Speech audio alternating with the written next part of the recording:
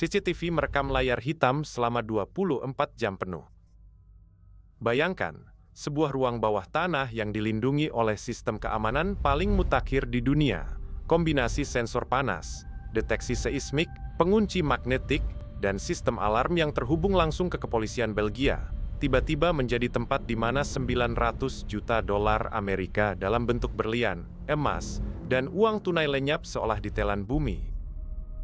Perampokan Antwerp Diamond Center tahun 2003 bukanlah sekadar aksi kriminal, ini adalah simfoni presisi yang direncanakan dengan kedisiplinan militer.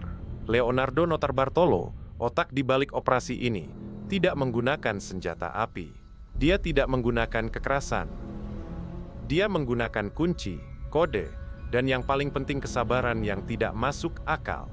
Perampokan ini dimulai jauh-jauh sebelum hari eksekusi. Notarbartolo menyewa sebuah kantor kecil di gedung yang sama selama lebih dari 2 tahun. Dia membaur. Dia menjadi pelanggan tetap di toko-toko berlian di sekitar lokasi. Dia mempelajari rutinitas setiap penjaga. Dia bahkan membeli sebuah safe deposit box di brankas yang akan dia rampok untuk mendapatkan akses legal ke dalam area yang paling dia incar.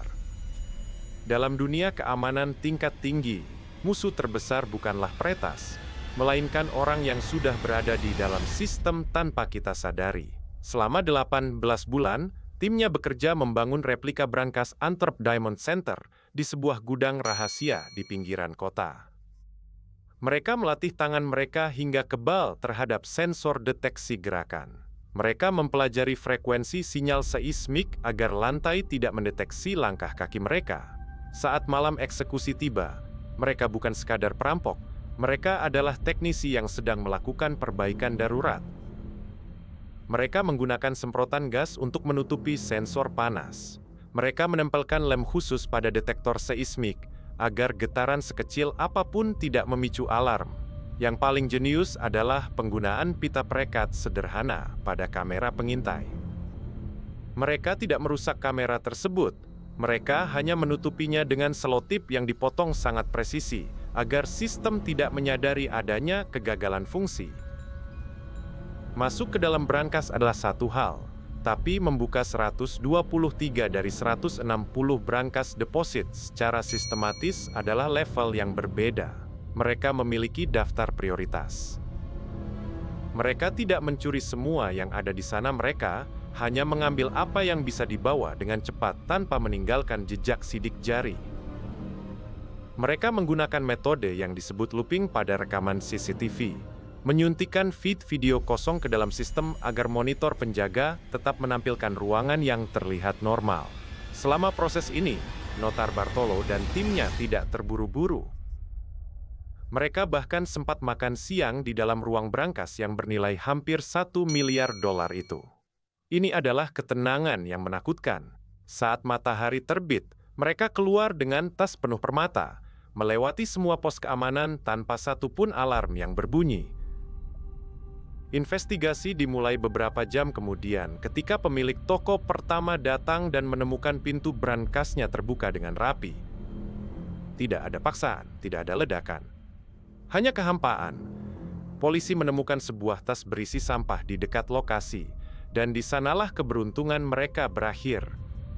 Sebuah bukti kecil, sisa makanan, dan potongan tanda terima. Tapi yang membuat kasus ini tetap diingat bukanlah penangkapannya, melainkan bagaimana mereka berhasil meloloskan diri dari hukum matematika keamanan yang dianggap mustahil untuk ditembus. Mereka berhasil melewati pintu dengan 100 juta kombinasi kode yang hanya bisa dibuka dengan kunci fisik yang spesifik. Bagaimana mereka menduplikat kunci itu? Mereka menggunakan alat yang tidak pernah terbayangkan oleh produsen brankas tersebut. Bahkan setelah Notarbartolo ditangkap, dia tetap diam mengenai kemana perginya berlian-berlian itu. Hingga hari ini, mayoritas barang curian tersebut tidak pernah ditemukan. Para detektif yang menangani kasus ini masih sering terjaga di malam hari, mencoba memahami bagaimana sebuah sistem yang dianggap tidak bisa ditembus dihancurkan hanya dengan kesabaran, sepotong selotip, dan keberanian untuk berjalan melewati detektor tanpa rasa takut. Mereka tidak hanya mencuri harta benda, mereka mencuri harga diri dari industri pengamanan global. Dunia melihat ke arah Antwerp dengan mata terbuka lebar, menyadari bahwa seberapa canggih pun teknologi yang kita ciptakan, ada celah yang tidak bisa ditutup oleh mesin, yaitu celah yang diciptakan oleh perilaku manusia yang terlalu percaya diri pada sistem. Dan saat polisi akhirnya memborgol tangan mereka, mereka hanya tersenyum, karena mereka tahu bahwa meskipun mereka dipenjara, mereka telah menciptakan legenda yang akan membuat setiap kepala keamanan bank di dunia memeriksa kembali sistem mereka setiap kali mereka mematikan lampu.